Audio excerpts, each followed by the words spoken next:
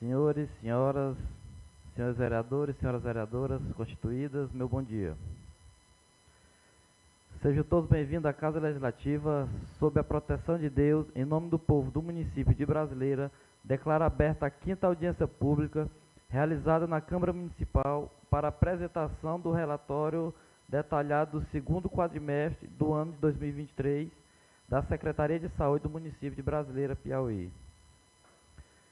Para conduzir os trabalhos e ações da audiência pública, passo a palavra ao senhor secretário de Saúde, Alan Jussier, e ao enfermeiro Amado Bento.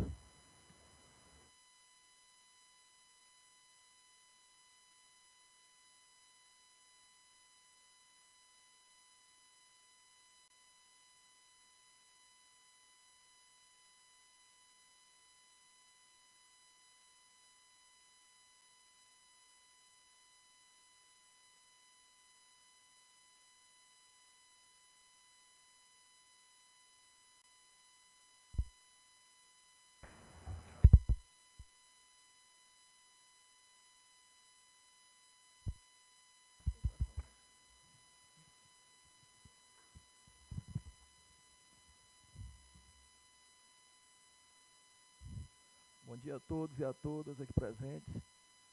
Agradecer aqui ao presidente da casa por ceder mais uma vez o espaço. Agradecer aos vereadores também presentes aqui, Nelson Carmoza, todos os funcionários e mais pessoas aqui presentes. Estamos aqui para mais uma audiência pública com o objetivo de prestar contas para a sociedade do que foi realizado no período de maio a agosto, certo? Aqui a gente vai, através dos nossos técnicos aqui, gerente de atenção básica, o Jairo Ferreira, e o nosso coordenador de atenção básica, o Amado Costa, repassar, não só para os presentes, mas para toda a sociedade, aquilo que a gente considera mais destaque, digamos assim, durante esse segundo quatriênio de 2023, tá bom? Então vamos fazer bom proveito dessa audiência, é o momento também da gente esclarecer, discutir algumas ações realizadas e aquilo que porventura a gente possa realizar já a partir do 3º quadrimestre, tá bom? Bom dia e uma boa audiência para todos.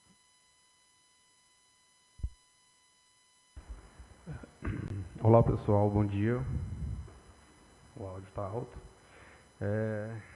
Agradecer primeiramente a Deus, né, por mais esse momento aqui, agradecer ao presidente da Câmara, Júnior, pelo espaço cedido, parabenizar os meus colegas coordenadores que estão hoje presentes aqui, que são essenciais, tá, Alan, nesse contexto de relevância que a gente vai demonstrar para a sociedade em geral. Agradecer a presença dos vereadores, Carmoza, Nelson, a presença de Delmar Júnior, que está lavrando a ata, né, para que a gente tenha disponibilidade e transparência. E também a todos que estão nos assistindo, né, através do link da Câmara Municipal. Hoje a gente vai mais uma vez fazer algumas tratativas e demonstrações sobre o nosso relatório quadrimestral. Primeiramente, pessoal, queria transparecer para todos que esse relatório ele segue um rito, tá?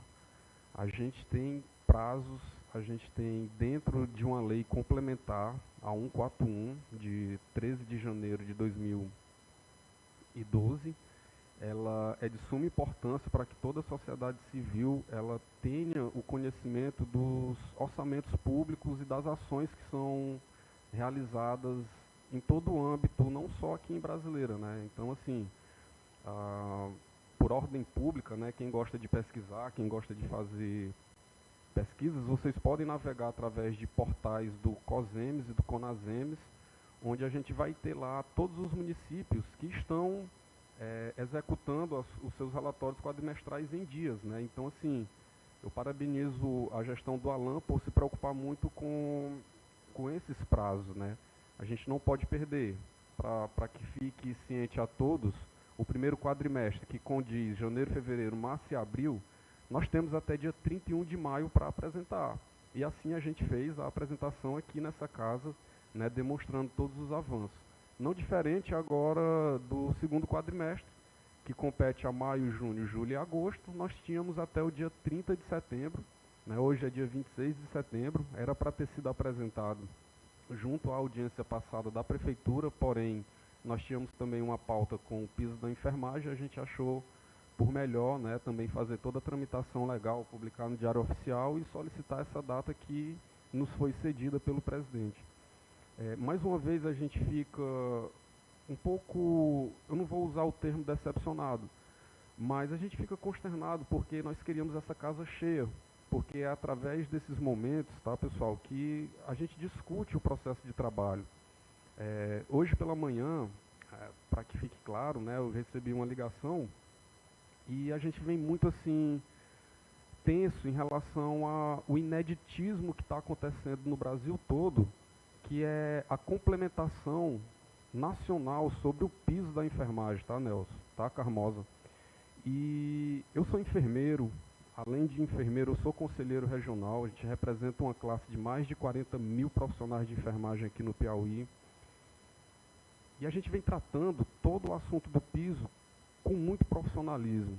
A gente vem buscando transparecer de toda forma e, infelizmente, por não ter momentos mais, por exemplo, um momento desse seria um momento para a gente discutir, para a gente tirar dúvidas e a gente não vê os colegas.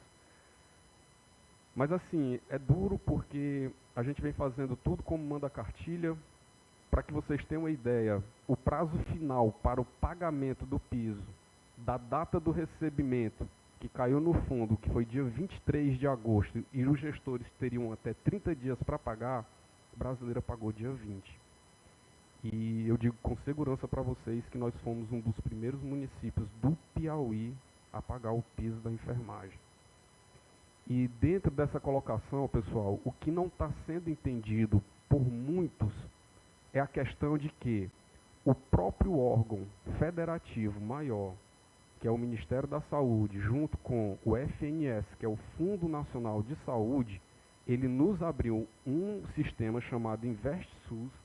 Dentro desse sistema, existia um campo que eles denominaram como outros, que abrangeria outros valores que os profissionais receberiam, que somou-se com o salário base. Depois da decisão do Supremo, o próprio Ministério da Saúde concedeu em lives toda a transparência de que houve um erro nesse campo outros, e ele possibilitou que todos os gestores retificassem os valores. E assim a gente fez.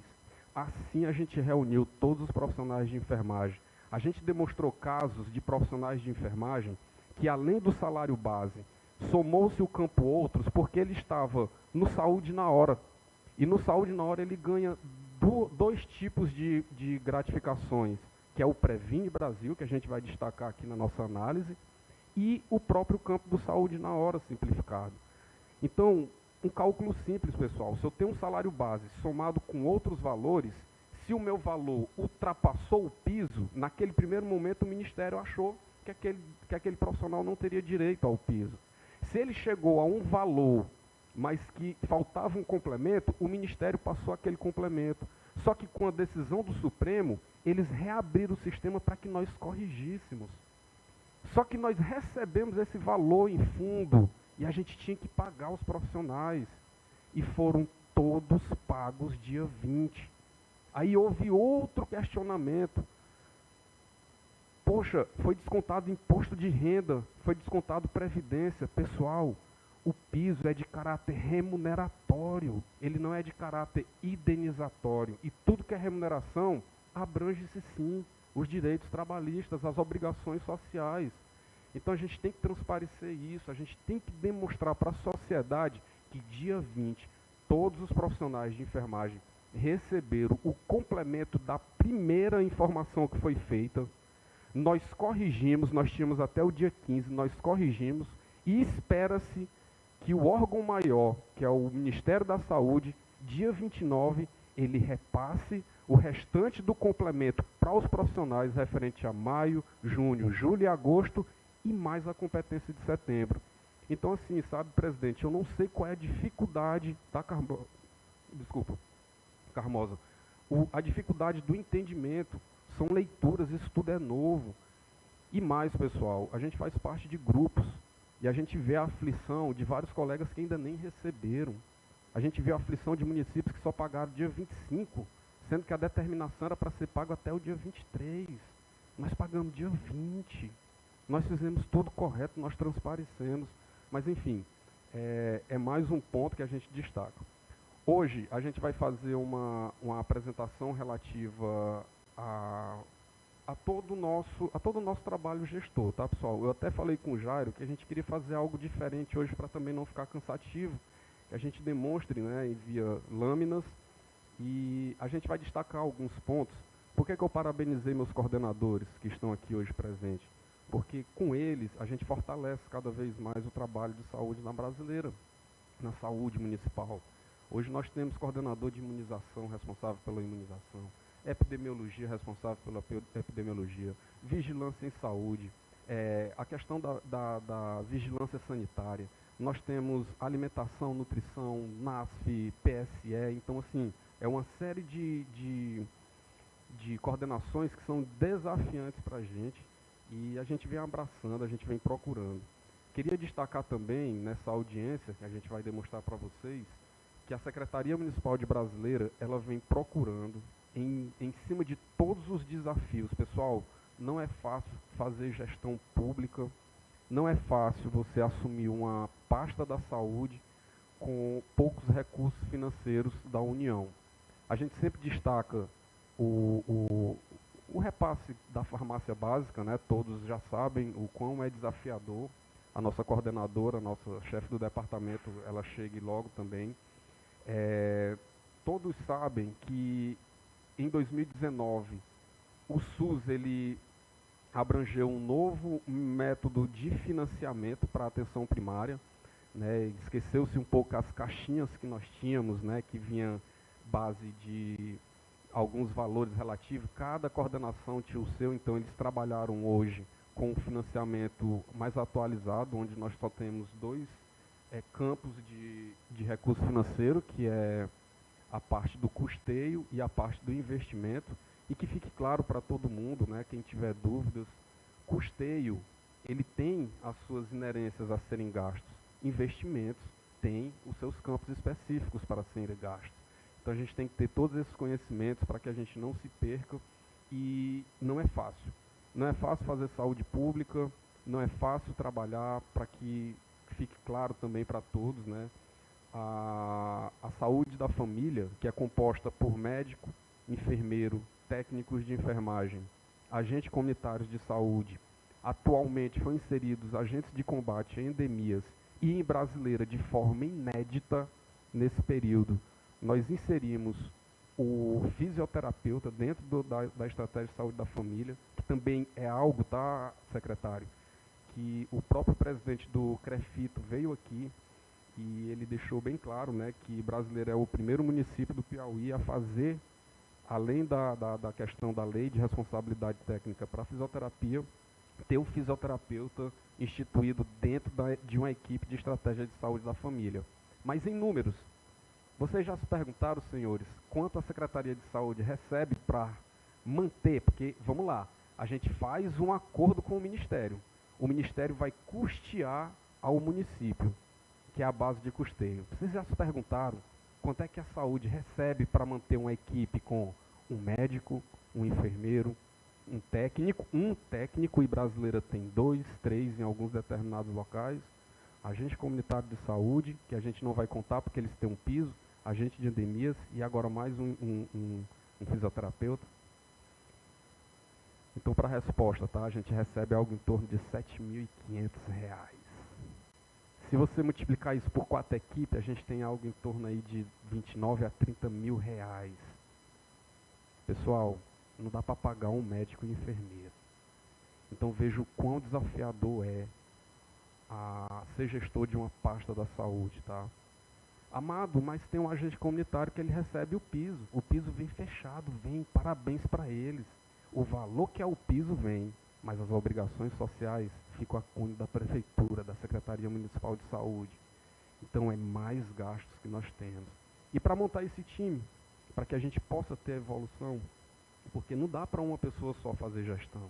A gente precisa ter braços, a gente precisa ter profissionais que se doem. E isso a gente tem, por isso que a gente parabenizou cada um deles. Então é muito desafiador. Mas, todavia, a gente procura várias leituras, a gente procura se atualizar. Eu estou do lado do Jairo aqui, que é parceiro de trabalho. E o Ministério da Saúde vem oportunizando a gente. Isso é bom, tá? A saúde bucal, por exemplo, hoje, a saúde bucal, quando a gente demonstrar números, vocês vão ver assim, a saúde bucal só fez 3.300 atendimentos, em comparação a atendimentos individuais, que brasileira fez mais de 14 mil atendimentos. Pessoal, enquanto um cirurgião dentista faz um atendimento, ele faz algo em torno de 10 a 15 procedimentos. Então, assim, quando a gente vai para o contrário, vai olhar quantos procedimentos foi realizado na atenção primária, entre médico e enfermeiro, e quantos procedimentos o cirurgião dentista fez, a gente vai ver a discrepância. Porque em um tratamento odontológico, tem vários procedimentos realizados. 13, 10, uma profilaxia, ele vai te avaliar numa primeira consulta, mas aí ele vai fazer uma restauração, ele vai fazer a aplicação tópica de flúor, ele vai fazer, então assim, ele vai fazer uma série de procedimentos dentro do teu, da saúde bucal. E tudo isso demanda de material, tudo isso.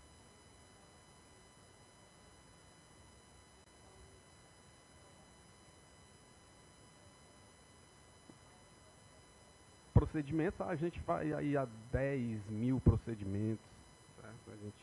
A gente acaba dobrando, triplicando em cima dos números de atendimento. Então, assim, como eu ia falar, a saúde bucal também, ela estava muito defasada, os valores de repasse. A gente aqui é modalidade 1.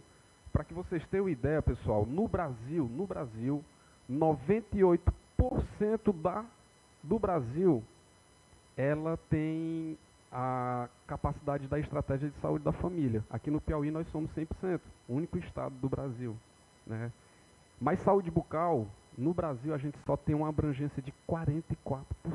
Nós não chegamos nem a 50% de cobertura de saúde bucal no Brasil. Amada e brasileira, brasileira tem 4 equipes e nós temos 4 equipes de saúde bucal, ou seja, nós somos 100% saúde bucal. Mas se você se deparar bem aqui em Luiz Correia, que tem 13, 15 equipes de saúde da família, só tem 10 de saúde bucal. Amado, e por que que não tem outras? Primeiro, é muito desafiador. O recurso é pouco para você fazer saúde bucal. Para você manter um cirurgião dentista, para você manter um técnico ou um auxiliar de saúde bucal, para você manter uma cadeira odontológica, para você manter um compressor odontológico. Então, assim, para você ter um autoclave, para você ter equipamento, então é desafiador. E, como eu estava falando, a gente vem através de leituras, de atualizações, e o Ministério oportunizando a gente, brasileira nesse interstício de quadrimestre que a gente vai demonstrar, a gente aderiu sim a novas possibilidades para a saúde bucal se promover, que seria uma possibilidade de uma SESB, que seria Serviços Especializados de Saúde Bucal. Hoje, pessoal, a gente tem o CEL aqui em Piripiri, mas o CEL ele não cabe à brasileira, porque o CEL só cabe a populações acima de 20 mil habitantes. Mas o Ministério oportunizou que esses municípios abaixo de 20 mil habitantes tivessem adesões a especialidades, nas quais brasileira fez adesão para 2 tipos de especialidades, certo? E a gente espera tão logo ser contemplado, sair as portarias ministeriais para a gente já dar início. Então vai ser mais fácil, a gente já aderiu à endodontia. A gente sabe, pessoal, que culturalmente, os mais velhos, eles não tinham tanta educação em saúde bucal. A gente trabalha o PSE na figura da Carla Naira, justamente para que a gente desenvolva práticas de escovação supervisionada para crianças. Quando a gente imputa uma informação na criança, a tendência é que eles levem para o futuro. A tendência é que quando ele chega no restaurante, que vê o pai acabar de comer, pegar um palito e começar a palitar, diz assim, pai, vai ferir tua gengiva, vamos trabalhar com fio dental quando chegar em casa. Eu falei um palito até educado, porque tem palitos hoje que vem, né? Tem gente que pega uma sacola e faz lá a limpeza. Isso acaba prejudicando. Então, Carmosa, além da SESB, vai sair um novo programa com 12 indicadores para a saúde bucal. A saúde bucal vai ter uma abrangência de indicadores que são crescentes, números de primeiros atendimentos odontológicos. A gente quer ver vários números, mas também a gente vai ter indicador decrescente. Proporção de extração de dente. O dentista que chega assim, rapaz, eu sou campeão de tirar dente. Aquele cara está errado. Dente não é para ser tirado, não é para ser cuidado, é para ser tratado. Então a gente tem que começar a ter essa educação para a saúde bucal. E brasileira se preocupa com isso.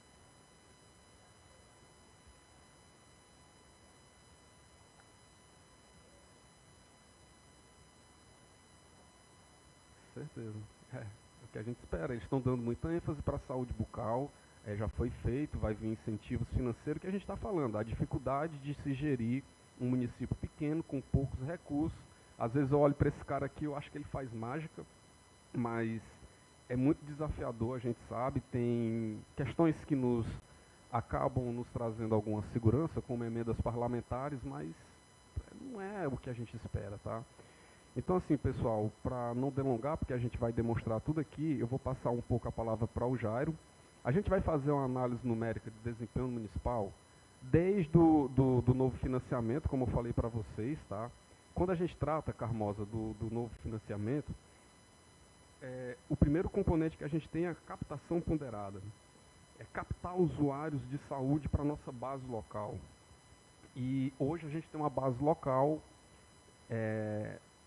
bem limpa, respeitando sempre a Lei Geral de Proteção de Dados Pessoais, inclusive eu queria deixar claro aqui nessa audiência pública, muitas vezes a gente se depara com alguns de vocês, até vereadores, indo na nossa sala e pedindo o cadastro individual de uma pessoa, porque é para dar entrada na aposentadoria, que é para... Vamos ter muito cuidado, pessoal, que ele é um documento, tá? É um documento regido do Ministério da Saúde. Então, assim, logicamente que nós ficamos, né, quando chega uma pessoa e diz, eu vim buscar aqui o cadastro da minha mãe. Calma, a sua mãe está aqui, a sua mãe tem que estar presente, a gente tem que transparecer isso também, tá? É um documento oficial, ele está com timbre da secretaria, a gente vai carimbar ele. Então, assim, a gente também espera mais compreensão quando chegarem na nossa sala para procurar um cadastro, que ele seja regido de uma maneira também mais ética, mais profissional, tá? Enfim, mas nessa captação a gente consegue demonstrar a evolução, né? Anteontem, não foi, Jairo? Na sexta, né? Na sexta-feira saiu já a evolução dos cadastros, também ela é demonstrada quadrimestralmente, e a gente vê a evolução dos nossos cadastros. Mas não é só cadastrar o usuário, é ter um cadastro preciso, é ter um cadastro sem inconsistência, é ter um núcleo familiar demonstrado dentro de um sistema, porque o papel do agente comunitário, e eu falo o nome da dona Fausta que está aqui presente, é ir na casa do usuário, cadastrar o domicílio e ver quantos usuários dentro daquele domicílio eu tenho para formar um núcleo familiar e responsabilizar um usuário para ser aquele responsável pela família. Então nós pegamos uma base aqui em construção, acima de várias dificuldades, mas com a gestão do Alan a gente conseguiu, através de softwares, ter uma busca maior, ter um atrativo, e hoje nós temos uma base bem consolidada, limpa, com cadastros corretos. Então a gente vai demonstrar tudo isso, né? Eu passo aqui a palavra para o Jair e a gente vai fazendo aqui complementos de tudo que ele for demonstrando para vocês, tá, pessoal? Muito obrigado.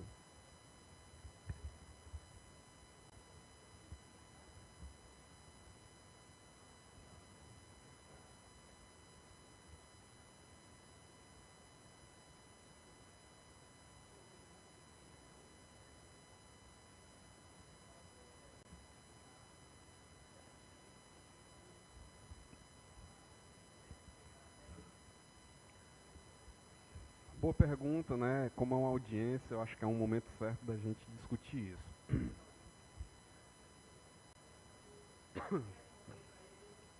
Pronto. Vamos lá. Primeiro ponto. Na lei geral do exercício profissional de enfermagem, na lei geral, na lei federal do exercício da enfermagem, nós temos as categorias que são inerentes ao profissional de enfermagem. Enfermeiro, nível superior, técnico de enfermagem, nível médio, auxiliar de enfermagem, nível médio, parteiras. Antes nós tínhamos o atendente de enfermagem. Esse cara foi extinto, ele não existe mais. Mas nós ainda temos na lei federal o auxiliar de enfermagem. Trazendo para a realidade de brasileira. Brasileira hoje, em 2006, foi feito um concurso público para o cargo de auxiliar de enfermagem. Então, dentre algumas orientações, se tornara inconstitucional a possibilidade de você mudar de um cargo de auxiliar para técnico, embora você tenha se aperfeiçoado para ser técnico de enfermagem. Todavia, eu expliquei que nós temos um cargo que foi extinto, que foi o atendente de enfermagem. O primeiro concurso público, lá em meados de 96, foi feito para o atendente.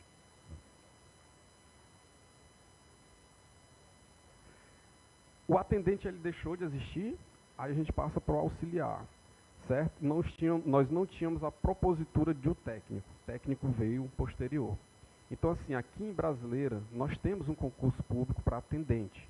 Foi o que a gente levantou na prefeitura, mas que por orientação jurídica, nesse primeiro momento, não poderia. Mas se nós chegarmos a um entendimento legal, porque o que é que aconteceu? Na administração de 97, como foi extinto o cargo de atendente, todos os atendentes passaram a ser auxiliar. Só que todos os auxiliares se aperfeiçoaram para o curso técnico. E nós temos dois casos de profissionais que trabalham naquela municipalização, que é a dupla gestão entre Estado e município, que é a unidade mista. E esses dois profissionais, aparentemente, não têm um contrato fixo, seria um contrato nulo, né? Então, o que é que a gente espera, Nelson? Que as orientações, inclusive o próprio Corém, o próprio COFEM, ele já está vendo uma possibilidade de contemplar, né, todos esses profissionais, porque assim, quer queira ou quer não, tem limitações, tá? O auxiliar, por exemplo, ele vai auxiliar a equipe de enfermagem, ele vai levar uma bandeja, por exemplo, se o médico passa uma administração de medicamento, quem vai administrar é o técnico, o auxiliar vai apenas auxiliar. Então, a gente acaba perdendo, porque como é que eu vou fazer com que um auxiliar volte para ser auxiliar, sendo que ele já tem um aperfeiçoamento técnico? Então, para isso, a gente precisa de uma orientação jurídica. Alguns municípios tomaram por decisão própria. A gente entende que é inconstitucional, nesse primeiro momento, a mudança. Tem um deputado distrital que é técnico de enfermagem, ele é deputado no Distrito Federal, Dr. Jorge Viana, que no entendimento dele, não tem problema algum, só que a gente não vai fugir o que está juridicamente seguro, né? Logicamente que nós queríamos muito que todos os nossos profissionais de enfermagem recebessem como técnicos, né?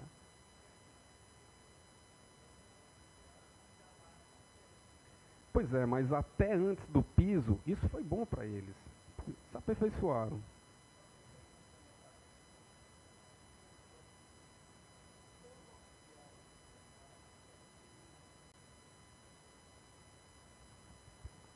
Oi. Pega esse aqui.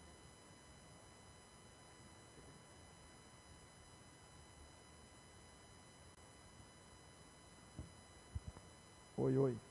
Só complementando aqui a resposta do Amado, para que fique mais claro.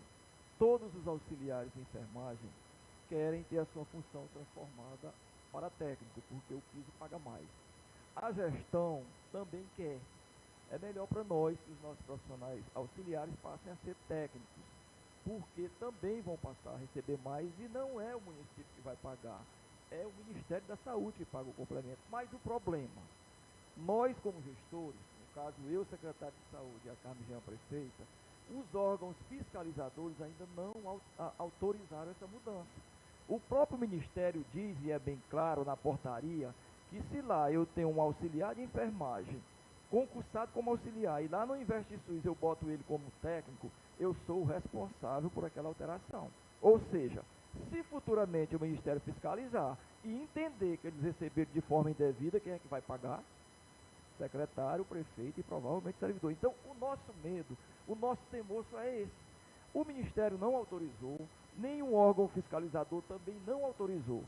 Alan, mas o município de Cabeceiras, o A ou B fez por conta e risco. Poderão não ser punidos, mas poderão ser. Então, assim, tudo que a gente tem feito aqui com base em informações do PIS, alterações, tem sido feito com base no que orienta o Ministério da Saúde. Repito, querer que o auxiliar se transforme em técnico, eles querem, a gestão quer, nós queremos, mas nós não podemos fazer por nosso bel prazer. A gente tem que esperar uma autorização superior para que não corra o risco de daqui a 3, 4 anos, alguém tenha que devolver os recursos e daqui a 3, 4 anos ninguém vai mais nem lembrar quem pagou, quem recebeu. E quem é que vai pagar o 4?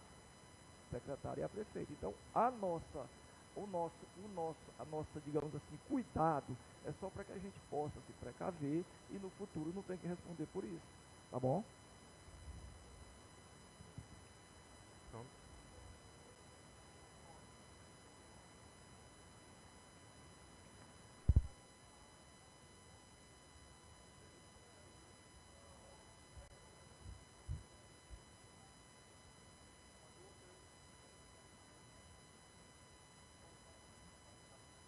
Pronto, vamos continuar, né?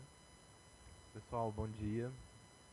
Cumprimentar aqui os vereadores, coordenadores, o corpo técnico da secretaria que está aqui presente. Cumprimentar também quem está nos assistindo através da transmissão. A minha fala vai ser bem breve, tá? Vou apresentar aqui uma análisezinha do nosso desempenho durante o quadrimestre. Vou usar uma linguagem mais simples, não tão técnica, para que todos possam compreender, tá? Pode passar. Bom, Previne Brasil. Previne Brasil nada mais é do que o modelo, né, de financiamento do Ministério da Saúde. Amado já comentou aqui na sua fala. É importante a gente trazer que esse modelo de financiamento da atenção primária à saúde, ele tem esses 3 componentes, que é a captação ponderada, as ações estratégicas e o pagamento por desempenho, tá? Esse modelo de financiamento do Ministério, ele data de 2019. É um modelo de financiamento da atenção primária à saúde que a gente tem hoje no Brasil. A captação ponderada, como o Amado já comentou, está relacionada ao cadastro dos nossos usuários. Então, é a captação desses usuários do Sistema Único de Saúde dentro da nossa base local, que nos permite ter um recurso, né, para que a gente possa investir como fonte de custeio. Nós temos as ações estratégicas, que eu vou comentar um pouco sobre elas, e temos o pagamento por desempenho, que aqui é conhecido, né, a famosa gratificação Previne Brasil, tá? Pode passar. Então, a captação ponderada, basicamente, ela está relacionada aos cadastros validados, ou seja, a gente faz os nossos cadastros usuários, isso vai para a base federal, que é o CISAB, e todos os cadastros validados, eles então são contabilizados na nossa base, tá? Nós temos aqui em Brasileiro uma potencialidade de cadastros de 11 mil usuários, porque cada equipe tem ali um tetozinho de cadastro, de potencialidade. Nossa população estimada hoje pelo IBGE, cerca de 8.300 habitantes, e nós temos já mais de 9 mil cadastros. Uma comparação entre a nossa evolução do primeiro quadrimestre desse ano com o segundo, a gente já tem mais de 180 cadastros. Ou seja, entre um quadrimestre e o outro, do primeiro para o segundo quadrimestre, a gente conseguiu crescer em 180 cadastros na nossa base local. Pode passar. Ações estratégicas, né? A gente tem o Brasil Sorridente, que nada mais é do que a saúde bucal. A saúde bucal, ela entra dentro das ações estratégicas do Ministério da Saúde. A gente tem o SUS Atenção Primária, que é a parte de informatização, né, dos nossos prontuários eletrônicos. Nós temos também no município Saúde na Hora, que amplia o horário de funcionamento das unidades. A gente tem duas equipes hoje que compõem o nosso Saúde na Hora. Nós temos o programa Saúde na Escola, do qual a nossa coordenadora Carla está aqui presente. Também temos o Mais Médico. Nós temos hoje 2 profissionais que compõem as nossas equipes, que são pelo Mais Médicos. Falar um pouquinho sobre os indicadores, eu acho que é importante, tá? Porque o Previne Brasil, a nossa nota do Previne Brasil, ela se resume ao cumprimento desses indicadores, tá? Então, nós temos 4 indicadores, na verdade, que são indicadores voltados para a saúde da mulher, né? e da gestante. Então, o primeiro indicador nada mais é do que a consulta de pré-natal. Então, toda gestante tem que ter pelo menos 6 consultas pré-natal e ser captada, ou seja, ter a sua primeira consulta pré-natal até a 12ª semana de gestação. Qual é a meta desse indicador? 45%.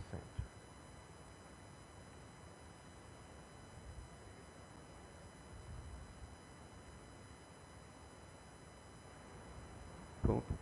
Como eu falei no início, eu e o Jair, a gente ia tentar fazer essa dobradinha para ficar de forma mais espontânea para todos, tá? Eu acho assim, a Carmoza ela é muito curiosa, né? Às vezes ela faz umas perguntas capciosas e a gente gosta disso.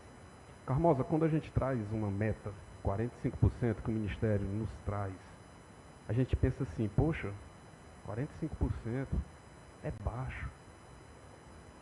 A gente trabalha aqui em Brasileira com efetividade para que a gente, não é, o Alan sempre bateu nisso, eu não quero 45%, eu quero que as equipes se fortaleçam, só que é desafiador.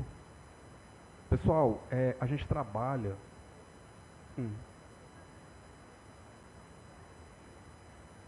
é o que eu ia falar, e as metas que a gente coloca. Primeiro, a gente tem um desafio muito grande, Carmoza. No Brasil, a gente ainda tem um índice muito grande de gravidez na adolescência. Isso é um indicador que a gente tem que quebrar, ele tem que ser decrescente. Então, quando a gente pega uma gravidez na adolescência, geralmente o adolescente ele tende a esconder a gravidez. E nós temos que captá-la até a 12ª semana de gestação. Muitas vezes ela já chega na 20ª semana, na 15ª semana. Então, por isso que o Ministério ele acaba te trazendo esse leque de meta.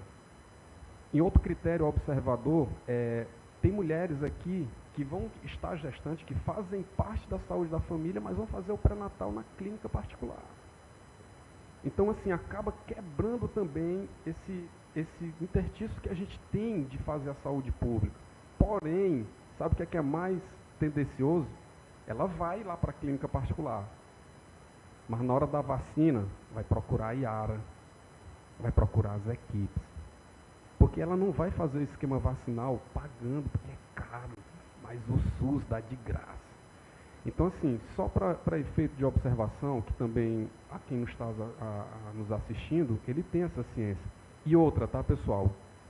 Como o Jário falou, através dos programas que nós temos, o Previne Brasil, o SUS eletrônico, que é o nosso prontuário eletrônico do cidadão, o profissional também precisa ser capacitado para ele inserir o dado. Se ele não cadastrar a gestante como uma gravidez confirmada no plano terapêutico dela, o Ministério não vai enxergar que ela está grávida. Então, por que eu estou trazendo isso? Porque é desafiador a gente estar sentado lá na nossa mesa estudando para capacitar os profissionais. Antes a gente não atinge indicador, por quê? Porque muitas vezes um indicador da saúde bucal é a consulta odontológica para gestante. Só que o cirurgião dentista tinha que classificar ela como gravidez confirmada. E muitas vezes ele atendia, mas ele não confirmava e não subia para a base federal.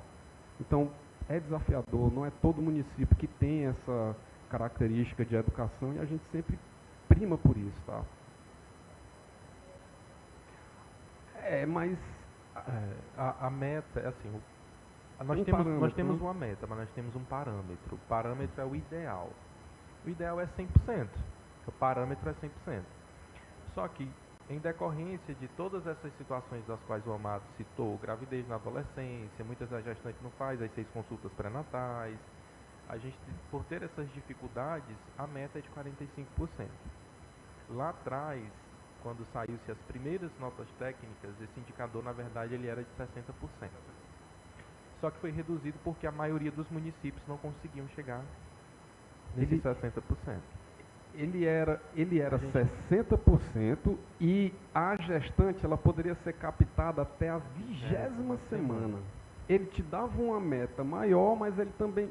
Ou seja, a Organização Mundial de Saúde diz que o ideal é você captar a gestante até a 9ª semana de gestação. Que você ali prive ela de abortos espontâneos, de partos prematuros, porque você tem que fazer a suplementação, você tem que fazer todo o contexto de um pré-natal adequado. E outra, a gente trabalha ali no mínimo 6 consultas. O Ministério também foi bom com a gente. Se você parar para pensar, você tem uma consulta no primeiro mês, se não tiver nenhuma intercorrência no segundo mês, se não tiver nenhuma intercorrência no terceiro mês, quando chega no segundo trimestre, você vai ser assistida 2 vezes, ou seja, se você fizer o pré-natal como manda a cartilha, você vai ter algo em torno de 15 a 16 consultas de pré-natal. E ali o Ministério cobrou apenas 6. E aí a gente imputou isso na cabeça dos profissionais e o Jairo vai demonstrar o sucesso que a gente vem alcançando nesse indicador.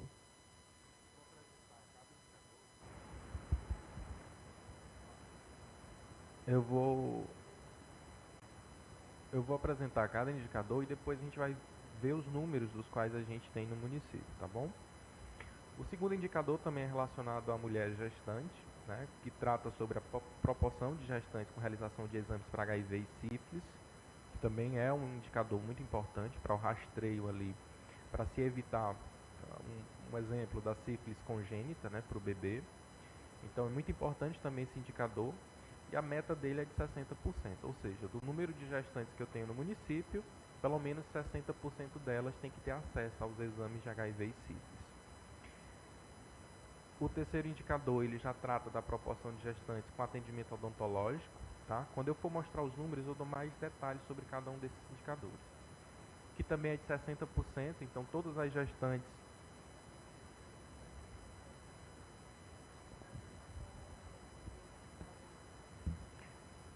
ela fica mais suscetível, né, a condições relacionadas à saúde bucal, tá? Cárie e outros. Muita gestante não sabe, Carmosa, mas uma saúde bucal com precisão evita um parto prematuro, certo? Tu tá usando ferro, a tendência, sei lá, tu vai ter algum problema. E outra, eu citei o exemplo aqui do pai que foi lá no almoço e espalitou o dente, mas uma gestante, se ela tem uma afta, ou se ela, de repente, ela tá lá, todo o tempo lá, pegando um palito, cutucando, né? E aí inflama. Não é toda gestante que vai tomar qualquer antibiótico. E quem vai prescrever é o cirurgião dentista. Então, assim, é uma série de ações que as gestantes, né, que nos estejam nos assistindo, elas têm que ter consciência que a consulta odontológica, se está lá cobrada pelo Ministério, é porque ela é essencial durante a gestação. Tá bom? E nós, vocês, vereadores do povo, os coordenadores, a gente tem que inserir isso. Já fez tua consulta odontológica? Está gestante, minha irmã. Vai lá, é importante. Tá bom?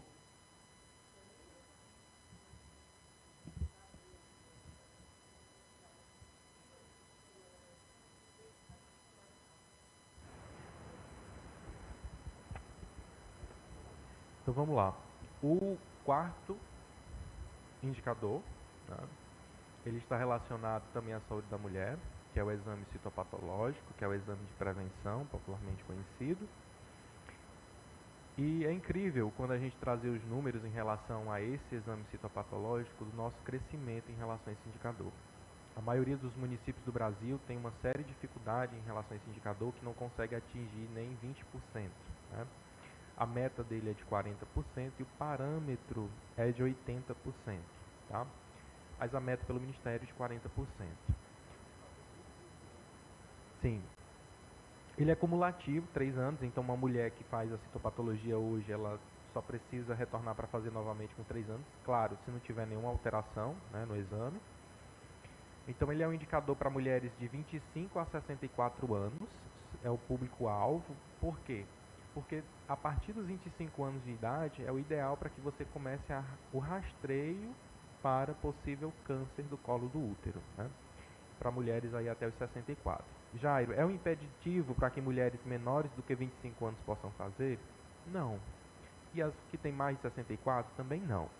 Ele é um indicador, mas não impede com que mulheres com faixa etária de idade menor ou maior não tenham também acesso a esse exame. Então, o que o Ministério quer enxergar é se essas mulheres estão tendo acesso, dentro da atenção primária, a esse exame. E a meta é de 40%.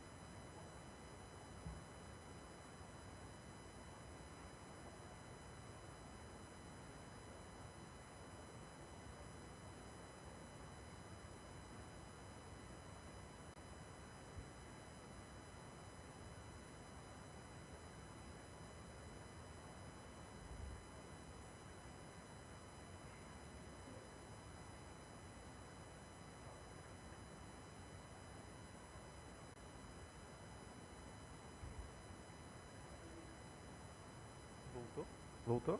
Voltou não. Pronto. Vai dar continuidade. Vou dar continuidade aqui, só comentar sobre os indicadores, depois a gente vai para os números hoje no município, tá? Então, o quinto indicador, ele é em relação à vacinação de crianças de 0 a 12 meses, né? Crianças até 1 ano. A gente tem as vacinas estratégicas, nossa coordenadora de imunização, inclusive, está aqui presente. E essas crianças têm acesso a essa vacinação, né, que também é um indicador, principalmente em relação a pólio e penta, né? São vacinas estratégicas para essas crianças, que também é um indicador importante, né, para se reduzir aí o risco, né, de acometimento de doenças. A gente sabe que a imunização no Brasil é uma política bastante ascendente, né, há muitos anos, e importante. A gente viu principalmente a importância dessas políticas de imunização com o advento da Covid-19, né, a gente viu claramente a redução da mortalidade, e aqui é a mesma coisa, né, o que se pretende é reduzir a mortalidade infantil, né, com acesso a essas vacinas para essas crianças, tá? Fazendo menção na fala do Jairo, aproveitando que a nossa coordenadora está aqui, parabenizar. Carmosa, aí sim, esse indicador aí, ele segue a Organização Mundial de Saúde, tá? A meta é 95%.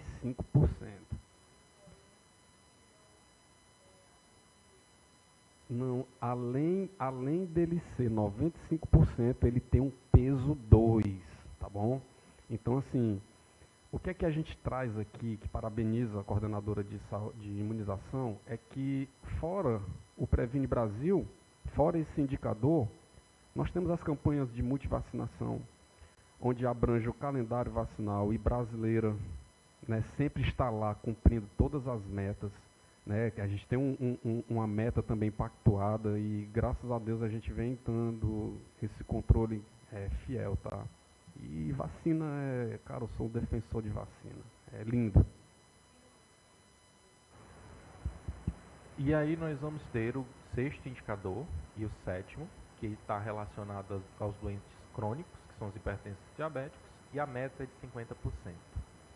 A importância, pessoal, desses indicadores não é só porque o Ministério quer olhar para os hipertensos e diabéticos, aqui atuar no nível de prevenção secundária. É fazer com que esses pacientes que são portadores de hipertensão e diabetes venham a ter doenças cardiovasculares, cerebrovasculares, como AVC, infarto. Então é a prevenção secundária que é trabalhada em cima desse público. Então todos os pacientes hipertensos e diabéticos, né, devem ser acompanhados na atenção primária e ter pelo menos uma consulta no semestre, tá? E aqui a gente trabalha trimestralmente. Então esses hipertensos e diabéticos têm que ter essa consulta, pressão arterial aferida e tem que também ter a hemoglobina glicada a cada semestre, tá? E tem acesso a esse exame, todos esses procedimentos dentro da atenção primária. Pode passar. Agora nós vamos trazer um pouquinho do nosso cenário, tá, de desempenho durante o quadrimestre. Então a nossa nota do Previne Brasil, como vocês podem ver ali, no quadrimestre passado a gente chegou a 9,5, tá ali, primeiro quadrimestre de 2023, que é o definitivo, tá, o em azulzinho ali embaixo, que é o indicador estético final. A gente saiu do terceiro quadrimestre de 2022 para o primeiro quadrimestre de 2023 de 8,5 para 9,5. Então isso significa, quando a gente já trouxe aqui essas informações lá no primeiro quadrimestre, ampliação, nada mais do que a ampliação da oferta dos nossos serviços na atenção primária. E nós já temos, né, a gente está aguardando ansiosamente sair esse resultado, mas nós já temos como uma previsão para esse segundo quadrimestre uma nota 9,96, ou seja, quase 10, tá? É uma previsão. Sim, isso é uma previsão, tá? E ali embaixo a gente tem, ó, vocês podem perceber, cada indicador tem sua meta e ali a gente tem a previsão do que a gente vai ter. Por exemplo, no primeiro indicador, ele é 45% a meta, a gente está ali com 79, não é, Micaele? 76. De HIV e sífilis, a meta é 60, a gente está com 100% ali. Gestantes, saúde bucal, ali está 95, a meta também é 60. Citopatológico é 40, a gente está ali com 42. Polipenta, a meta é de 95, a gente está com 98, não é? E a gente tem os hipertensos e diabéticos ali também, com uma previsão, né, de uma ampliação para esse quadrimestre também. Pode passar. E aí a gente tem, né, uns gráficos só para mostrar para vocês a evolução. Ó, vocês podem perceber onde está ali a divisão do vermelhinho para o azul, é onde está a meta, né? Então vocês percebem que a gente sai lá do mês 9 de 2022 para o mês 8 de 2023, vocês vejam só o pontinho azulzinho lá que é o município, a ampliação desse indicador, ou seja, o crescimento que a gente tem, tá? Pode passar, Micael. De HIV e sífilis também, a gente sempre vem mantendo esse indicador em 100%, né? Pode passar. Consulta odontológica também ali cerca de 95%. E esse é o mais interessante, ao meu ver, né, dos últimos quadrimestres, porque a gente consegue perceber uma evolução lenta, mas significativa.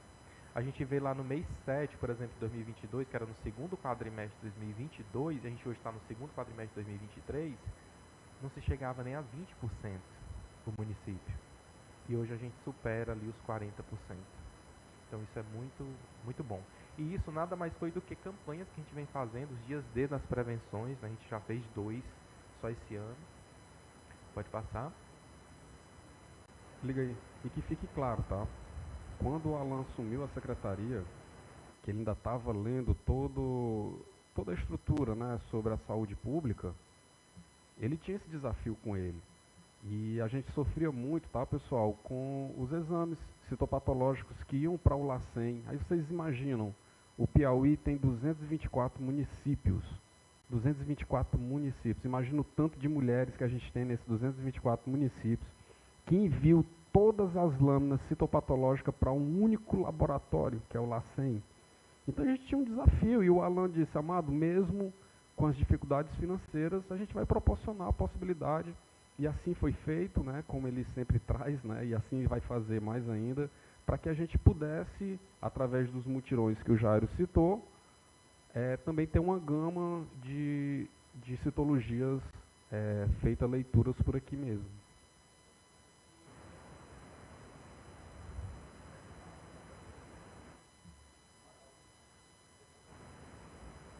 Pode passar. E aí vem as crianças, né, que a gente também mantém ali próximo da meta. Pode passar. Hipertensos e diabéticos também com uma significativa evolução. O município tinha uma dificuldade também de atingir esses 2 indicadores, né, chegar na meta dos 50%. Hoje a gente já se aproxima dessa meta e queremos, obviamente, ampliar esses números. Pode passar. E agora nós vamos trazer um resumozinho da nossa produção, né, do último quadrimestre. Visitas domiciliares, que são realizadas pelos nossos profissionais, agente comunitário de saúde, que também tem todo o mérito e respeito. Isso aqui só um minutinho antes do Jair entrar aqui na apresentação dos nossos números. A gente hoje nós temos 21 agentes comunitários de saúde, 4 estratégias na família, cada estratégia com um médico, um enfermeiro, 2 técnicos. Nós temos as demais especialidades, né, nutrição, psicólogo, né, fisioterapia. E assim, com relação à estratégia de saúde na família, até o ano passado, esses dados, eles eram trabalhados no escuro. Nós não tínhamos uma visão, um campo, uma forma de saber como é que estavam, só sabíamos quando o resultado saía. E uma das primeiras medidas nossas, a gente já disse aqui em outras audiências, foi contratar um programa, e esse programa nos dá uma luz. Hoje a gente já sabe, para o 4º quadrimestre, qual é a nossa nota média. Então a gente sabe se nós estamos, como é que nós estamos lá no histopatológico, lá na coleta das questões dos indicadores da saúde bucal, diabéticos e hipertensos. Por que às vezes se faz aquelas campanhas, dia D? É para justamente você avançar naquele indicador que está baixo. Então assim, a gente tem esse monitoramento diário, que naturalmente isso também as equipes têm, os agentes têm, para que a gente possa trabalhar com um rumo, né? E não como antes, que a gente trabalhava no escuro e ficava esperando o resultado a cada 4 meses. Hoje a gente tem um rumo, uma noção e um caminho a seguir, tá bom? Continuando, então a gente tem hoje, né, nesse quadrimestre, mais de 57 mil visitas domiciliares. Isso é o somatório de todas as visitas domiciliares realizadas pelos nossos profissionais agentes comunitários de saúde. Nós temos atendimento individual, que são todos os atendimentos realizados pelos nossos profissionais médicos, enfermeiros, fisioterapeutas, nutricionistas, psicólogos, mais de 14 mil atendimentos individuais. Tá? Pode passar. Procedimentos, a gente tem mais de 23 mil procedimentos realizados no quadrimestre. Atendimento odontológico, um pouco mais tímido, mas a gente já vê ampliação, tá? 3.399 atendimentos odontológicos. E agora a gente entra numa partezinha final aqui dessa apresentação, dessa explanação, que são os destaques desse segundo quadrimestre, né? De nossa evolução, o que nós podemos trazer de destaque, de implantação de serviço, de adesão de novos programas, para que vocês possam tomar ciência de que mesmo com toda a limitação financeira, orçamentária, nós ainda conseguimos fazer junto com o secretário Alain, que é um grande entusiasta desses nossos novos programas e implantações. Nós temos, a exemplo, a implantação do serviço de fisioterapia na zona rural, e digo para vocês aqui como delegado do Conselho Regional de Fisioterapia Ocupacional, que somos um dos poucos municípios do estado do Piauí que oferta o serviço de fisioterapia na zona rural. A fisioterapia é um serviço ainda considerado especializado, de alto custo e de pouco acesso, ou seja, de dificuldade de acesso. E nós ampliamos esse serviço para as localidades rurais mais distantes do nosso município, que é Saco dos Polidórios e Mucambinho.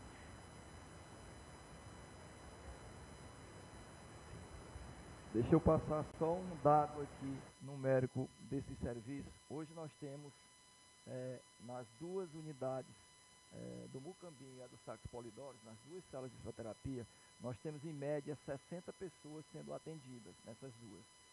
Que isso representa em torno de 350 sessões de fisioterapia por mês. Nós estamos tendo por mês nessas duas unidades. O que isso representa? Representa um aumento significativo nessas duas regiões, pessoas que faziam aqui, outros que não teriam como fazer o tratamento de fisioterapia estão fazendo lá, e praticamente zerou a nossa fila aqui de fisioterapia na sede do município. Né? Para vocês terem uma ideia do alcance e da importância dessa descentralização desse atendimento. Pode passar? Nós tivemos também a adesão, estamos aguardando a definitiva implantação, a modalidade de equipe multiprofissional, que é a EMULT, né? Foi extinto o antigo NASF e agora surgem as equipes multiprofissionais. A gente está aguardando a fonte de custeio para essa nova equipe, a gente já está com a equipe montada, pronta, estamos só aguardando a habilitação e a fonte de custeio. Pode passar. Fizemos também a adesão ao Serviço de Especialidades Odontológicas, que é a SESB, que vai funcionar como mini-cel, né, como o Amado já comentou, do qual nós vamos poder contar no município com 2 especialidades odontológicas. Né? E a gente, de forma estratégica, elegeu, junto com o coordenador de saúde bucal, que nós precisaríamos de um endodontista, né, que é a parte de canal, e de um cirurgião bucomaxila. Então, a gente, no futuro, bem próximo, espero eu, esperamos todos nós gestores, poder contar com esse serviço também dentro do município. Tá? Pode passar. Esse destaque aqui também é muito importante. Tá? Nós fizemos a aquisição de materiais e equipamentos com recursos remanescentes. A gente tinha as antigas contas do Ministério, né, para fonte de custeio, do qual a gente tinha ali um recurso remanescente, passou-se no Conselho Municipal de Saúde, e a gente então, através desse recurso, decidimos, junto com o secretário Alain, destinar esse recurso para aquisição de equipamentos e materiais. Né? A gente fez um levantamento das nossas necessidades na zona rural, na sede, investimos principalmente em equipamentos de informática, com aquisição de tablets, notebooks, computadores de mesa e outros equipamentos mais simples, mas de extrema necessidade, como bebedouros, fogão, liquidificadores, o que mais, Alan, você pode? Do Jair. O que seria esse saldo? Eram dinheiros que estavam, era um um recurso que estava em contas praticamente perdido. Recurso de resto, por exemplo, o município construiu um UBS há 5 anos atrás, 6, tinha lá 7, 8 mil, 10, sem ser movimentado. E muitos outros. E nós identificamos esse valor de 85 mil aproximadamente, sentamos com o Conselho Municipal de Saúde, identificamos as principais carências e transformamos esses recursos na compra de equipamentos de climatização, equipamentos de manutenção, equipamentos permanentes. Para vocês terem uma ideia, nós estamos esperando 17 ar-condicionados que nós compramos para que seja colocado nos nossos postos de saúde na zona rural. Nós compramos, se não me falha a memória, 9 notebooks, que já está sendo distribuído para nossas equipes. Fogão, geladeira, liquidificadores, enfim, uma série de itens que nós não tínhamos esse recurso para comprar, mas encontramos esse recurso em conta, reprogramamos e já está chegando até as unidades. Nós já fizemos a entrega da primeira etapa desse material e estamos aguardando o restante para que complete essa entrega, tá bom? É importante também destacar que esse recurso remanescente, né, muitos municípios até vão, acredito eu, perder, né, a gente estava comentando sobre isso, né, Amado? Porque carece de um planejamento todo estratégico da destinação desse recurso. Então, muitos municípios talvez ainda tenham esse recurso em conta e não sabem destinar, não têm um planejamento, né? E nós... Isso. Sim. Então, tudo isso é planejamento estratégico.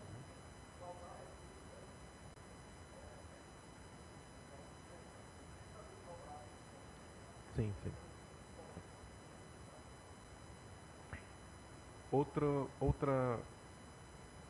Outra ação importante foi a aquisição de um recurso para a compra de uma ambulância, né? Esse recurso já está em conta.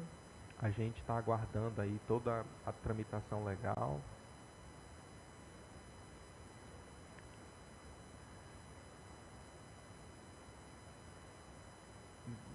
Da ambulância. Não, é emenda. Ambulância. A ambulância é emenda do senador Ciro Nogueira. Tá, esse recurso já se encontra em conta, a gente só está agora com relação a toda a parte legal aí de licitação, enfim, tá? Foi assinado o contrato, o fornecedor já está em fase de produção desse equipamento e ele tem até 90 dias para nos entregar. Se Deus quiser, até esse tempo nós teremos uma ambulância zerada em nosso município. Pronto. Pode passar? E também uma adesão muito importante, tá? Da qual a gente anunciou na segunda-feira, se não me engano, que é o projeto Telenordeste, tá? O projeto Telenordeste, ele não gera nenhum custo para o município, pois ele vai ser ofertado pela Beneficência Portuguesa, que é uma instituição filantrópica que presta serviço para o Ministério da Saúde. Mas os municípios dos nossos territórios dos Cocais, dos outros territórios do estado do Piauí, tiveram a oportunidade de aderir a esse projeto, que é o projeto Telenordeste, que oferta consultas com profissionais especialistas, profissionais médicos especialistas, a todos os usuários do SUS. Então, é uma iniciativa da PROAD SUS, do Ministério da Saúde, junto com as secretarias municipais de saúde e com a Beneficência Portuguesa, para que isso possa ser ofertado a toda a população. Em Brasileira, a gente teve o cuidado, então, de aderir a esse projeto para que a gente pudesse ofertar consultas especializadas aos nossos pacientes.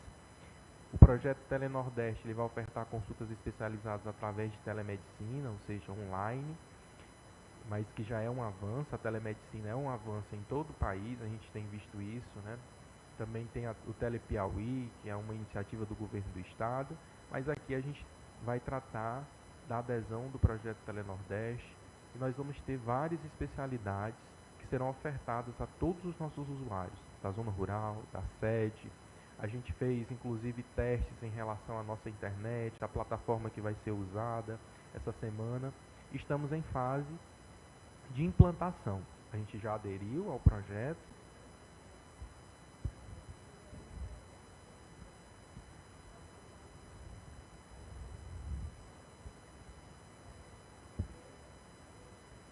Isso.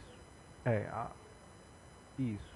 O projeto Telenordeste, vereadora Carmoza, ele vai funcionar da seguinte forma. Você vai chegar na sua unidade básica de saúde, ou na unidade mista, você vai passar no seu médico da família para poder ele fazer o seu acompanhamento de rotina, por exemplo, de hipertensão. E aí ele identificou a necessidade de que você passe num médico cardiologista. E aí você precisaria procurar o nosso setor de regulação, ser regulada para outro município para ter a oferta desse serviço especializado, muitas das vezes tendo que esperar meses. Agora o seu médico vai poder dizer assim: Dona Carmoza, eu estou vendo bem aqui pelo Telenordeste, pelo nosso sistema de agendamento, que eu tenho uma vaga disponível para a próxima terça-feira com o cardiologista, para a gente poder fazer essa interconsulta com esse profissional. Você pode vir nessa data e nesse horário, você vai confirmar ele e já vai deixar você agendada para essa consulta com esse profissional especialista.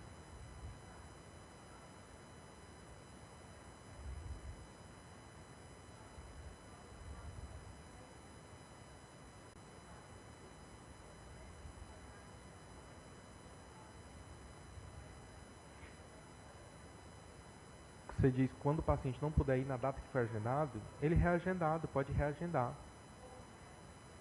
com o médico especialista. Ele procura a unidade e aí ele vai tem um sistema de agendamento e ele pode comunicar que ele não, naquela data ele não pode e aí é reagendado, tá?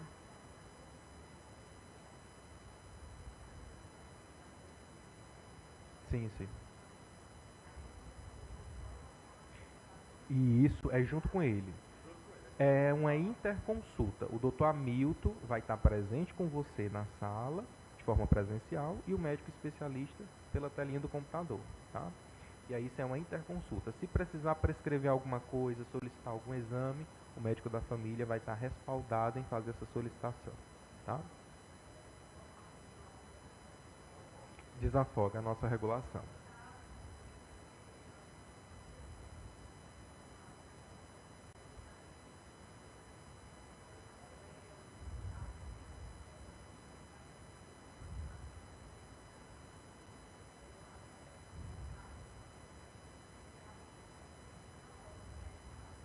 Sim, sim.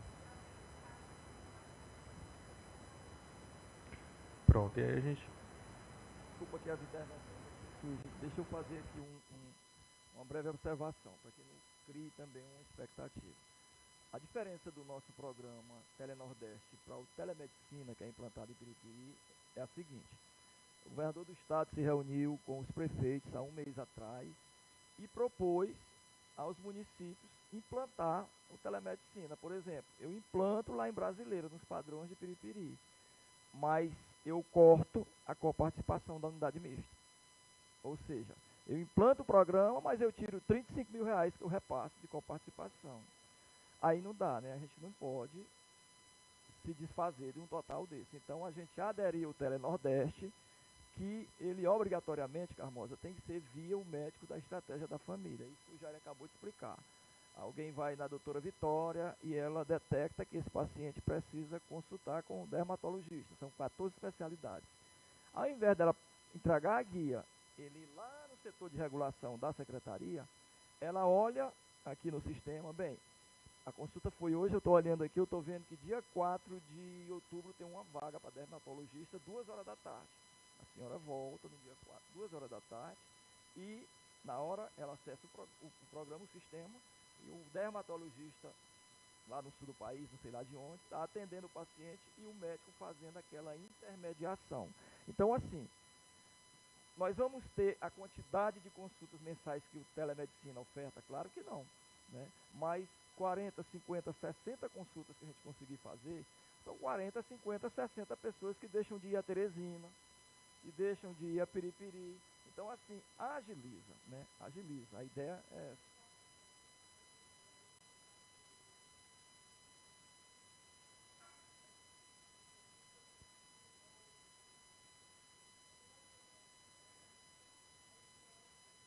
Exames. Aí os exames... É via regulação. É. A gente tem uma cultura, gente, de achar Piripiri é obrigada a nos atender. Piripiri é obrigado a atender, porque Piripiri é uma regional. Por conta das questões políticas, a gente acha que Piripiri não vai atender, mas é obrigado. A gente vai regular, vai ter que encaminhar para cá e eles têm que atender. Aí você faz um exame Piripiri, porque Piripiri já é atenção secundária.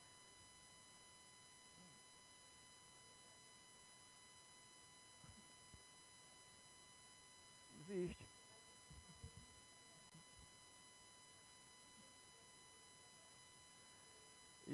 Existe uma promessa do diretor lá da. Ele encontra que foi em Capitão de Campos, até o Rodrigo Martins. Existe, viu, vereadores, existe uma promessa, porque hoje há uma desconfiança de que a regional de Piripiri, ou a cidade de Piripiri, engloba a maior número de vagas e os municípios ficam brigando pelo restante. É a famosa regulação. Só que existe uma promessa dele de repassar para cada município o quantitativo de vagas que a gente tem por mês. Se nós tivermos, por exemplo, 30 ultrassons, se nós preenchermos aquelas 30 no mês, ótimo. Se não, as que sobraram vai ser designada a um outro município. Parece que já começou, né, Ana Cláudia, com a questão das ultrassons. Eles já estão especificando.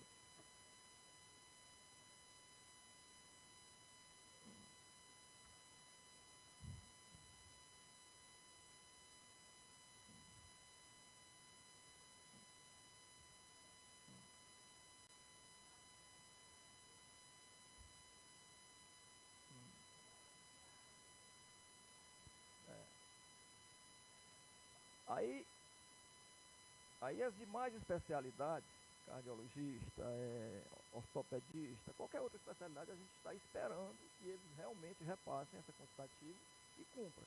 Porque se a gente tem o primeiro atendimento aqui no Telenordeste, tem os exames para fazer lá e ainda tem a opção também de fazer a consulta física, a ideia é que a gente consiga diminuir, porque a fila do SUS nunca acaba, a verdade é essa, né? Nunca acaba, pode ter certeza, mas a gente tem intenção e tem trabalhado para que a gente possa, pelo menos, diminuir.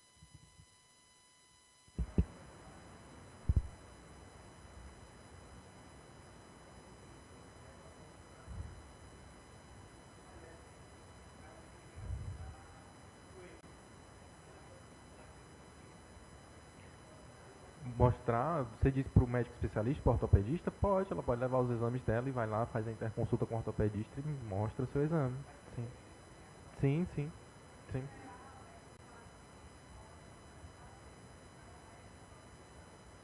Sim, sim. Sim, sim.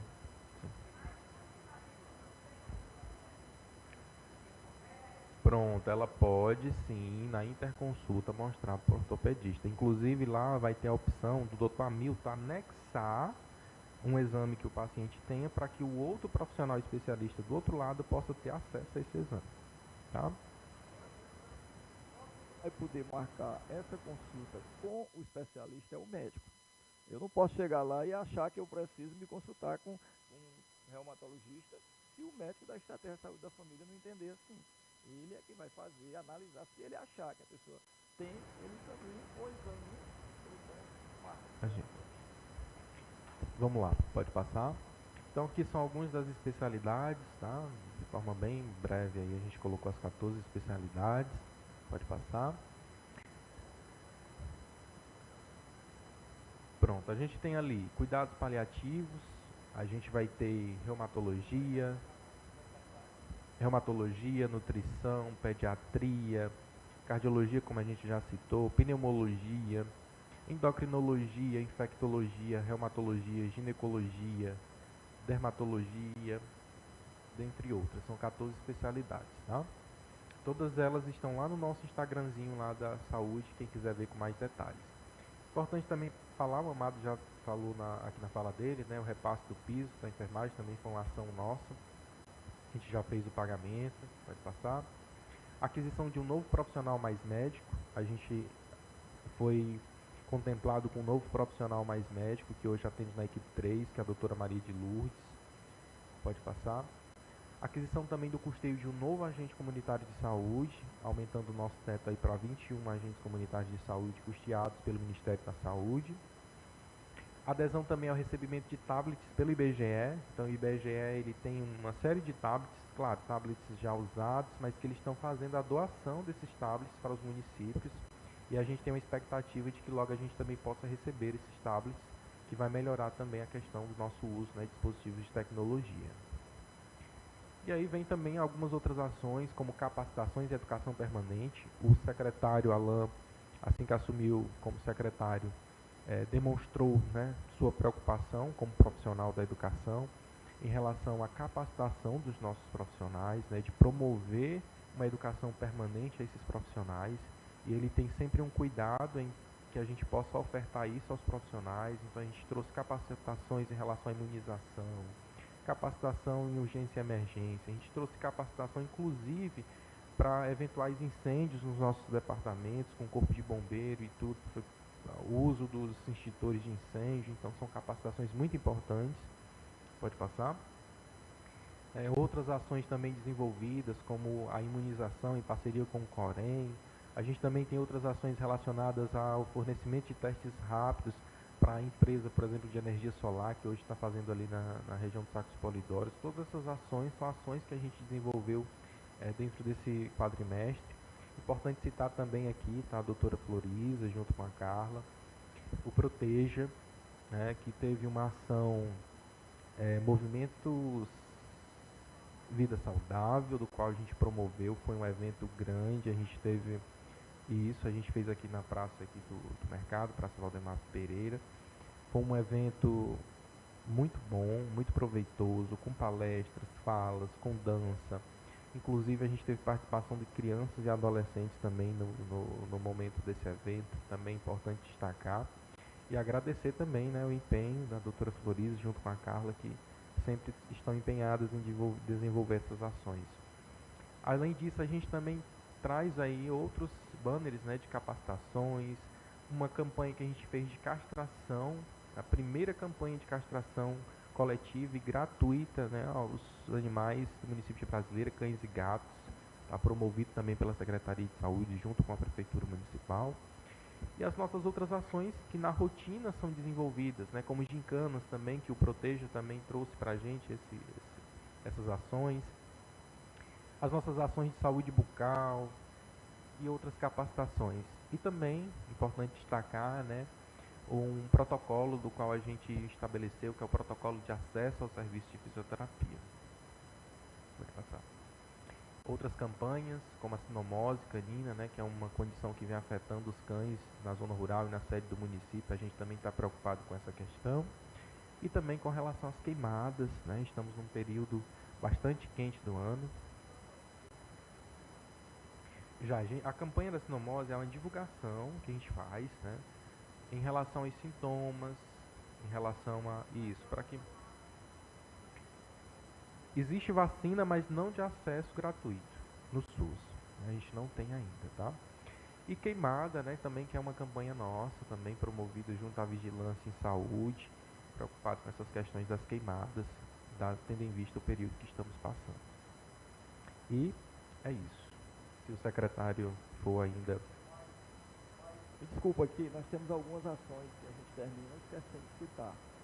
No próximo quadrimestre, pedir a cada coordenador nosso que traga um pouco de suas ações aqui para explanar também para a gente, tá bom, gente?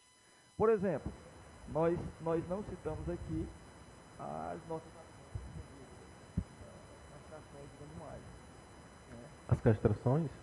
Passamos? Eu falei. Mas a título de informação, nós já adquirimos entre insumos e equipamentos aproximadamente R$ 20.000, já está na secretaria.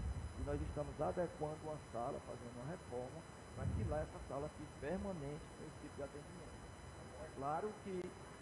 É claro que planejado, né? A gente não, mas nós já compramos, já investimos na secretaria aproximadamente R$ 20.000 em equipamentos e insumos. Os equipamentos já estão aqui e a gente vai na próxima semana iniciar a reforma de uma sala para que a gente identifique e aquela sala vai ficar especialmente aquela sala de castração dos cães e gatos, tá bom?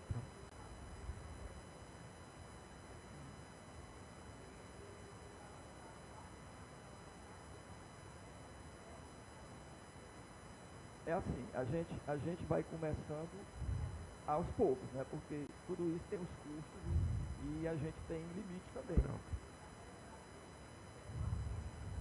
Mas vamos devagar. Vamos devagar, vamos com calma. Vamos pessoal, com calma. Já vamos iniciar o primeiro passo. A questão da castração já foi dada, as próximas. A gente também tem que, nós vamos ter que criar uma espécie de protocolo. Quem são as pessoas que vão ter direito a levar o seu cão para castrar? Não pode ser todo mundo, né? Tem a questão da renda, né? Então, isso aí a gente vai fazer. Uma outra informação que também não faz parte aqui, só para complementar para a gente encerrar, nós já vai fazer parte do próximo quadrimestre, mas a gente vai adiantar.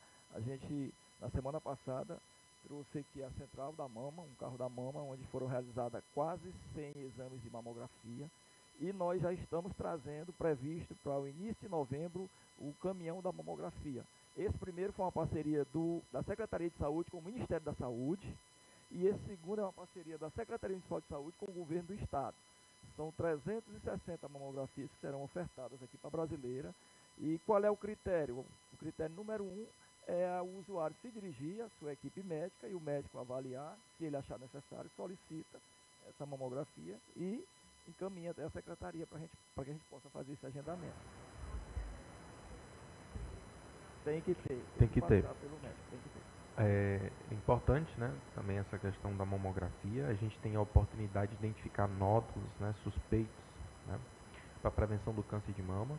Então, todas as mulheres, para quem está assistindo na transmissão, fala todas as mulheres brasileirenses aí na idade entre 40 e 69 anos, que sentem alguma dor ou percebem ao toque um nódulo suspeito, procure o seu médico da família, da sua equipe de estratégia de saúde da família.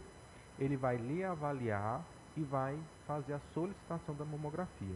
E após isso, você pode procurar o nosso setor de regulação.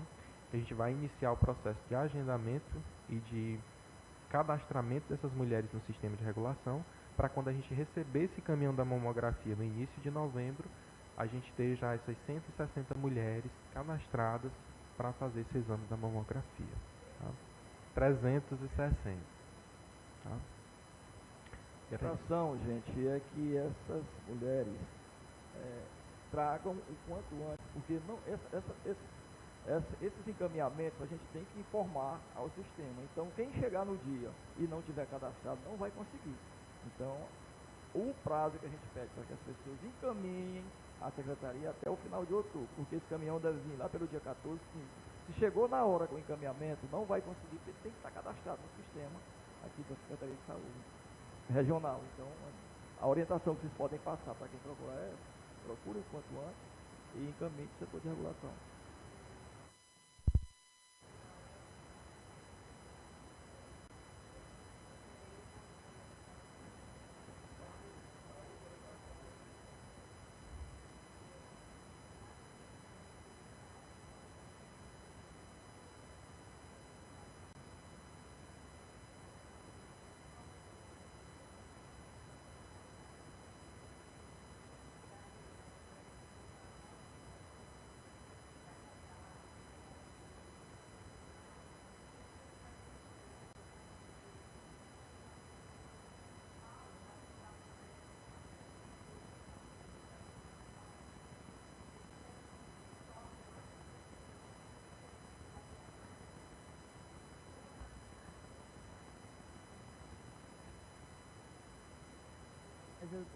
Então, com a culminância do Setembro Amarelo, que é uma parceria entre a Secretaria de Saúde, Educação e SEMAS.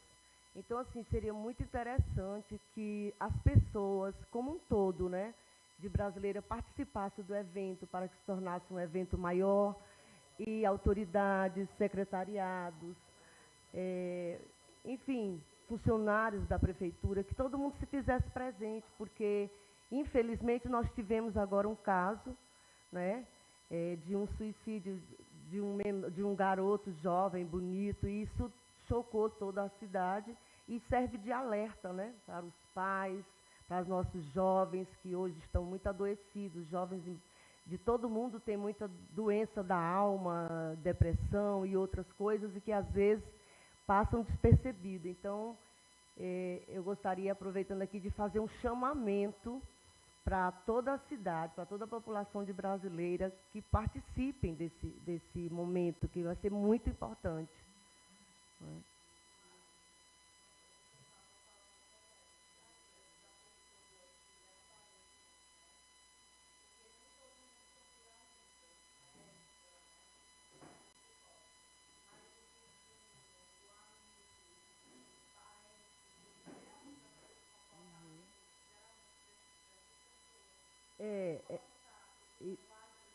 Exatamente. Às vezes, a gente acha que os pais são os únicos responsáveis, e, na verdade, não são. Né? Todos nós, como a Ana Cláudia está aqui corroborando com a ideia, de que a gente se dê as mãos nesse sentido, porque a gente percebe o vizinho, o amigo, o parente, a mudança, às vezes, de comportamento desse jovem, né? E às vezes fica muito dentro de casa. Não é muito comum um garoto jovem não querer se unir a outros, não querer interagir, enfim. Mas é isso, que a gente se una que todo mundo compareça à Praça Valdemar Pereira, nesse dia 28, na culminância do Setembro Amarelo. Não é isso, doutora Floriza? Ei, Sim. Esse evento, pessoal, na verdade, a gente trabalha o mês inteiro, né? A gente está com as palestras nas escolas e é como a vereadora Carmoza disse, é uma responsabilidade de todos. E na palestra nas escolas, quando é feito com psicólogo, é feita a orientação do que fazer com alguém que se sente com essa ideia suicida, né? Porque a maioria das vezes as pessoas dizem assim, mas eu não sei nem o que fazer. Ou, quando se vê diante de alguém que pede ajuda, acha que aquilo não é verdadeiro, né? Às vezes taxa como é frescura, quer se aparecer, né? Então, assim, a gente tem algumas falas, chantagem emocional. Então, a gente às vezes se depara com algumas falas de não acolhimento, né? E o que a gente mais precisa fazer nesse momento é realmente fazer com que essas pessoas que estão realmente precisando de ajuda, elas se sintam acolhidas e tentar falar o mais abertamente possível. Com as orientações, né, as pessoas se sentem mais seguras, né, do que realmente, né, elas podem fazer. Então, durante o mês inteiro, estão acontecendo algumas atividades. A doutora Elisa, que é a nossa psicóloga, está à frente dessa organização, né? A culminância vai ser agora dia 28, quinta-feira. Nós vamos fazer uma caminhada saindo da Praça da Igreja até a Praça do Mercado, que é tentando realmente chamar a atenção para o tema de uma amiga, né, muito próxima, que trabalha com pessoas que têm essa ideia suicida, e diz assim, mas é só o Setembro Amarelo. Eu digo, não.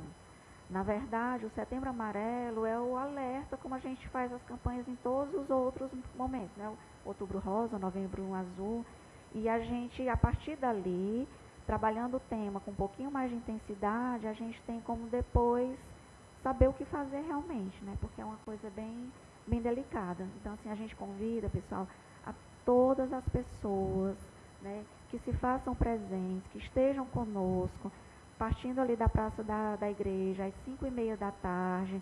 A gente vai fazer uma caminhadinha breve mesmo, só em sinal de alerta, para tentar chamar a atenção para o tema. E a culminância vai ser lá na Praça do Mercado. Lá a doutora Heloísa vai fazer uma palestra, a gente vai ter um momento de dança, né?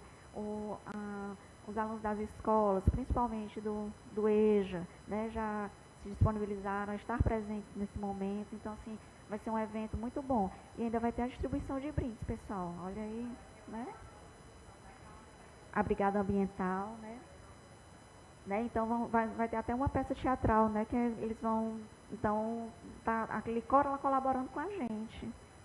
O Circuito para as Crianças também. Então, vai ser um evento muito rico, pessoal. Então, se programem, né? Porque vai ser bem tranquilo. Então, 5h30 da tarde, é um momento que muita gente já está saindo do trabalho, dá para dar uma passadinha lá, né? Vai ser um momento bem importante.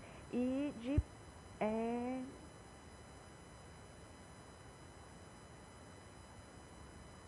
a Ana Cláudia está lembrando aqui que o nosso serviço de psicologia, ele tem uma lista de espera, inclusive, bem extensa, né? E em momentos como esse, pessoal, não vou dizer aqui que vai acabar com a lista de espera, não, mas acaba abrindo uma reflexão para o que fazer até o momento de ser atendido realmente, né? E a todos que forem participar, se puderem ir de amarelo, né, eu acho que vai ficar bem chamativo, né, vai estar assim, bem significativo, porque o amarelo é o representante desse nosso mês.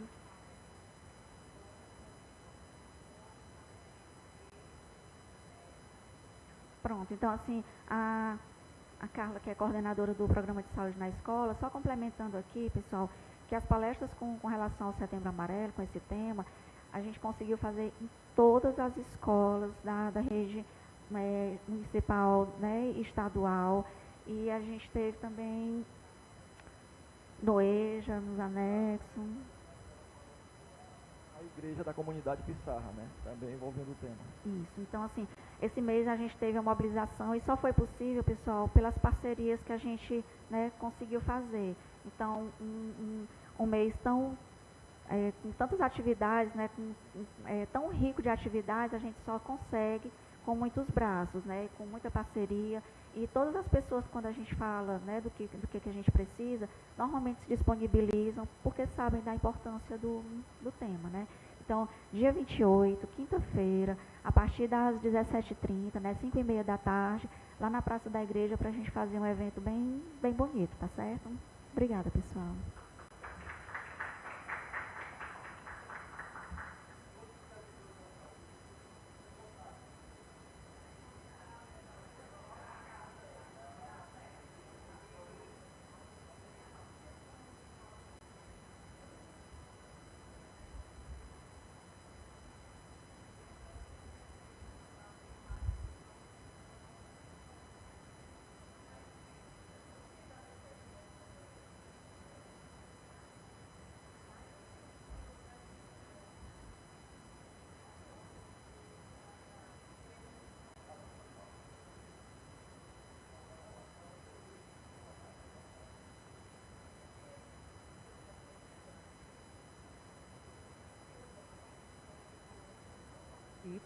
Apesar de serem convidadas, chamadas para cá, e depois elas ficam cheias de dúvidas com relação a como está sendo a saúde no município, quando alguém diz que é assim assado, mas não é não sei o que, não é desse jeito.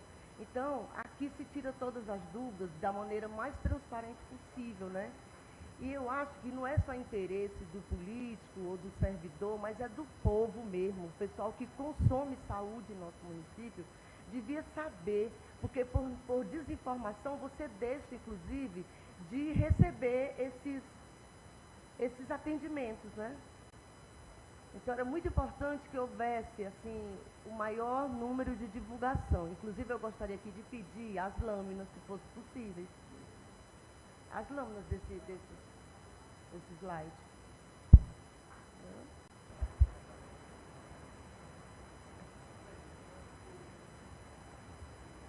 Aqui a audiência, eu queria agradecer mais uma vez ao presidente da Câmara, o vereador Júnior Aguiar, ceder esse espaço por essa e outras vezes ainda, aos vereadores presentes, a todos os nossos servidores da saúde, né, coordenadores e mais servidores, e as pessoas que acompanharam através das redes sociais, tá bom?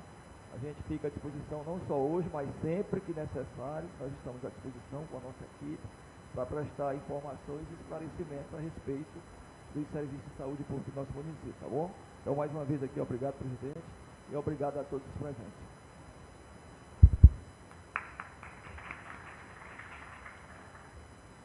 Portanto, aviso quem disponibiliza sempre a casa que precisar. É só estar mandando ofício que a gente, como já tem feito, marca a data e acredito que a casa é de todos, à disposição de todos. E reitero aqui o pedido para a gente deixar o slide aqui na casa, porque às vezes alguém que esteja assistindo tiver ficado com alguma dúvida, que possa estar vindo aqui até na Câmara que a gente disponibiliza. E, portanto, agradeço a presença de todos e declaro encerrada a presente essa audiência pública. Bom dia.